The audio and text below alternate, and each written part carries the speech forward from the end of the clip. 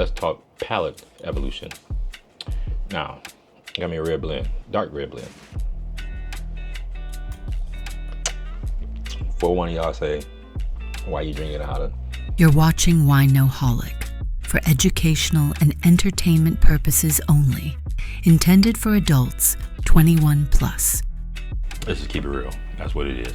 Well, glad you asked. There's a reason for that. Because the wine that I'm drinking is worthy of a plastic cup. I could put that in a red cup, and I guarantee those that drink wine, like really drink wine, not some of y'all just saying, hey, wait a minute, that's my shit. Those that really drink wine will be like, yeah, it's budgeted. It was meant for that. That's what we got right now. Now, that used to be my go-to. Not necessarily that dark red, like that's it, dark red blend. No, 19 Crimes. It was 19 Crimes in a pothic, running neck and neck, and then Menage a Trois coming up after them. Those are like $10 bottles. I'm just gonna keep it real. You might see it somewhere for 12. I haven't seen it in places that was like 15, and then they claim they discounted back down to $12 or whatever, $10. But literally, $9.99 before tax. I'm just gonna keep it real. We're gonna get to that too. However, I will say this.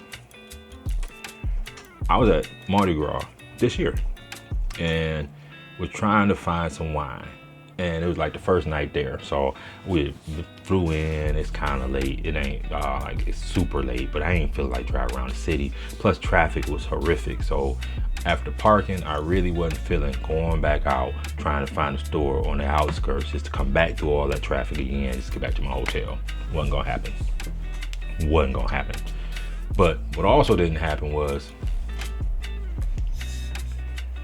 remember, budgeted wine. Ain't no better place else I've been. Almost every place else, it ain't more than like $12. I think I seen it maybe like some years ago, $15 once, and that probably was at some type of touristy type shit. Now, it wasn't the red blend, but it was 19 Crimes. I think it was the Cab Sauv on Canal Street, right outside the actual main French Quarters. And I am not exaggerating. This is not after taxes. This is not after they rang me up because I didn't get the bottle off the shelf. $23. That's more than twice that motherfucking bottle. Honestly, if you do the math, let's just do it. Let's just round it off to 10. It's almost 2.5, actually not 2.5, 2.25 times that bottle. Who in their right mind is gonna pay that for budgeted wine? We're gonna get to that in a minute too. Nobody. You shouldn't. Now, let me explain the budgeted wine part, and then let me explain why it's no longer my go-to. I just wanted some today, and truthfully, after drinking it, I remember why I just said I'm not gonna pour the bottle out because I've had worse wines than this. Yeah, much worse. But it's not really good to me anymore, and that's the evolution part. So, budgeted wine. They have their place when you're trying to evolve from drinking sweet wines. If you're like someone who drinks a lot of sweet wines, you want to evolve over into drinking dry wines, reds, even some dry whites. Budget wines are good for that. It'll help start training your palate to get off that sweetness without breaking the bank. So they are very good for that. Now, the downfall of budgeted wine. Now, I don't know about 19 Crimes because it's from Australia, so I can't really speak on that one per se. And I'm not going to throw a brand up under the bus because there are brands. Google it, look it up on YouTube, they'll tell you. I'm not going to throw no brands up under the bus. They got their little place. They help people evolve. But in the US, they can put up to 70 different additives and preservatives supposedly in wine and not list them. Some of them ain't necessarily healthy for you, or in larger quantities ain't healthy for you, so they say. Some of them there's really no reason for it. And you know, it made me start thinking about some things as far as wine go and wine competition. I ain't gonna forget that part. That's really important to me. But yeah, so budgeted wines aren't, well, American budgeted wines aren't necessarily the healthiest. So when you're looking at red wine, it's supposed to be healthy for you. It is might. Well, I'm no doctor. I'm sorry. Let me rephrase it before I say something to get this straight. It's possible it could be healthy for you, but if it is going to be healthy for you, I have to imagine it's kind of like processed food. If you got a bunch of additives in your wine, you can chalk all the health benefits it may have had. Just forget about it. They ain't there. Non-existent. Done. You know, I'm just keeping it real. It's like, you know, you make homemade lasagna and you eat some store-bought, straight out the box lasagna. Which one do you think is going to be healthier for you? Let's just keep it real. So you got that. Now, this is just my take. And I don't know if any of these wines were, because you can turn the bottle all you want. You don't see no 90 nothing. You don't see no 80 nothing. You don't see no 70 nothing. You don't see no 50 nothing. So it ain't got no points on it. So it ain't been rated. As far as I know, it ain't been judged or none of that. I don't know. I'm just going to go out on a limb and say no.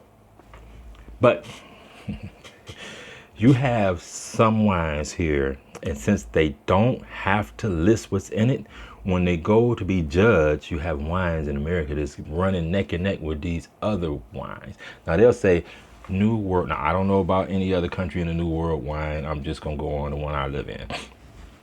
New World wines have been making wines based on innovations, new technologies, new ways to streamline the entire process. Yada yada yada yada yada yada yada. Blah blah blah blah blah blah blah.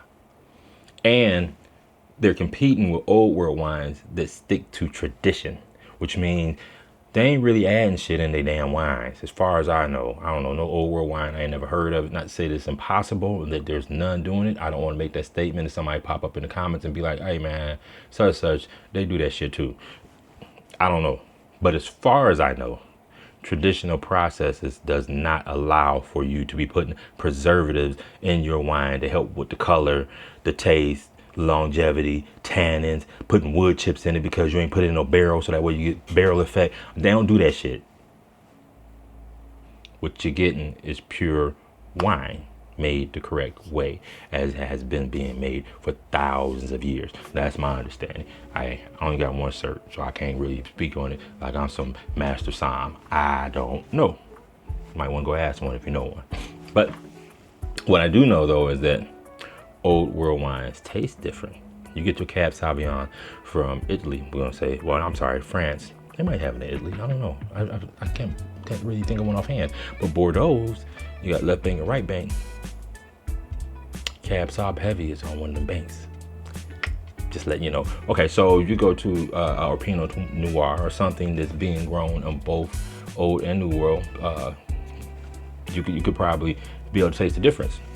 Blends taste different. So I prefer old world wines now. That's not to sound like any new world wines. There are some I actually like and I'll still buy them. But I think when it comes to judging them, they need to have a new category. And they need to not put new world up against old world. Put new world up against new world. And old world up against old world. If there's a company, and this probably is a company that owns vineyards in some country in the new world as well, damn cat, I tell y'all every fucking time that cat get me, as well as the old world, then you know, hey, they can compete in both categories. But because a lot of new world wine producers, not all of them, I'm not gonna say that, I'm not gonna say majority of them, I'm just gonna say a lot because there's a lot of budgeted wines in the new world. Let's just keep it real. Now I don't know about like Argentina because you can get a cheap Malbec. I don't know how they make them down there. They might be all like new world wine with old world tradition. I don't know. I ain't looked into it, but they do make some good Malbecs. I'm gonna say that. Okay, so the reason why this thought came to mind of having two different categories is because how fair is it for someone who does not put preservatives in their wine to compete with someone who does? Listen real carefully. And then when you think about it, you're probably gonna say, I never thought about that. But he got a point. How fair is that? That's like, here's the listen part. That's like someone competing in the Olympics with someone who does nothing but natural training and they're doping. It's outlawed in the Olympics, so why is it not outlawed with wine? You're not allowed to take anything in sports that's going to enhance your performance. So why can they do it with wine? Put stuff in wine to help enhance it so that way you can compete with these wines that are not putting anything in them. I'm just saying, that's just my opinion. So, with that being said, there is a lane for these. Helps you evolve. Once you have evolved and you feel like you could tolerate wines, spend a little. You ain't got to break the bank. Trust me, go from $10 to $15, $15 to $20, 20 to 25 to 30, somewhere in there.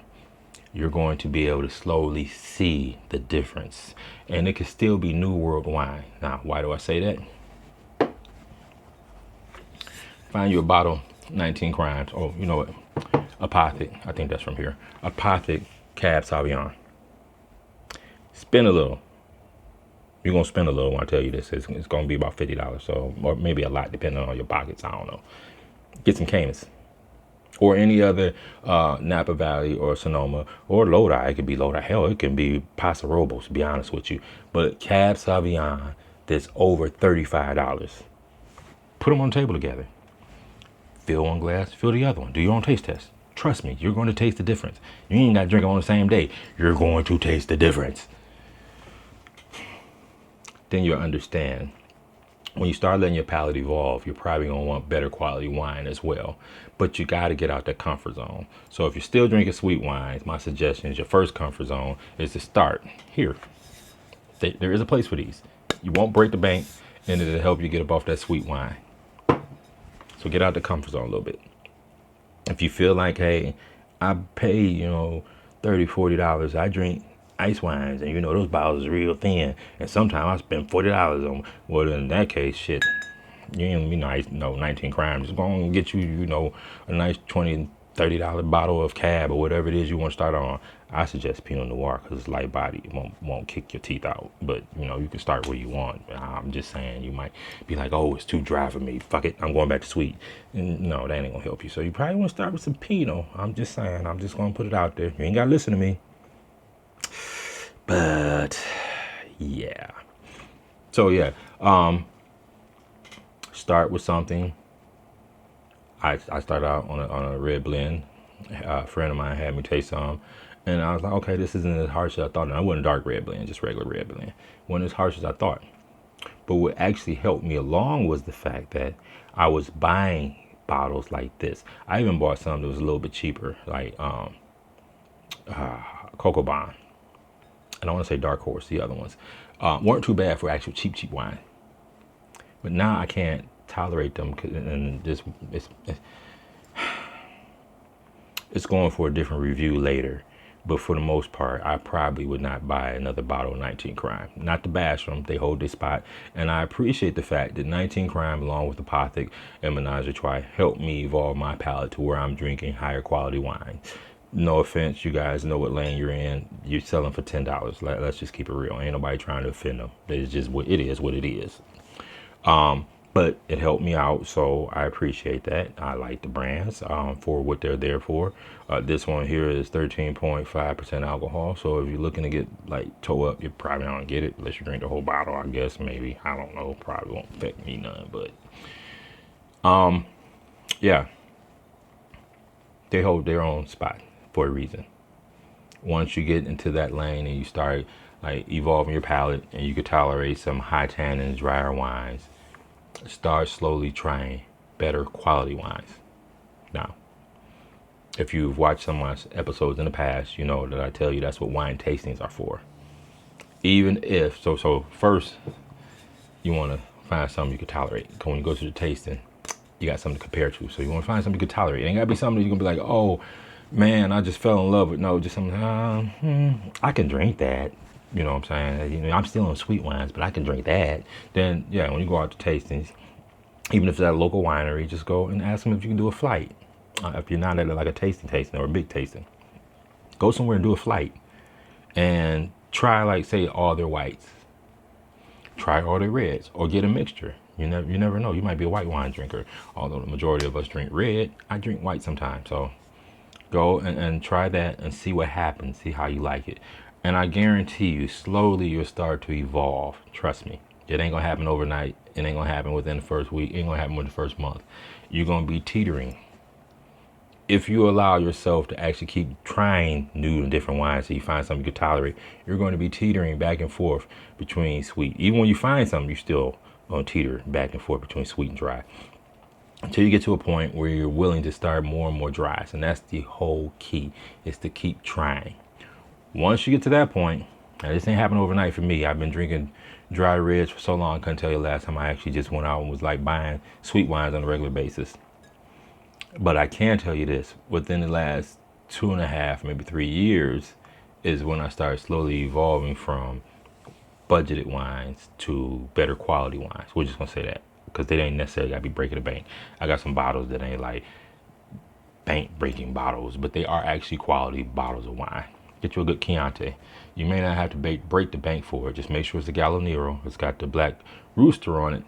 And you might be able to find one for about like $20, $25. If you look hard enough, go to wine stores. Don't go to the grocery stores, because you're going to get shit like this. You might find a hidden gem here and there in your grocery store, depending on the type of store you go to.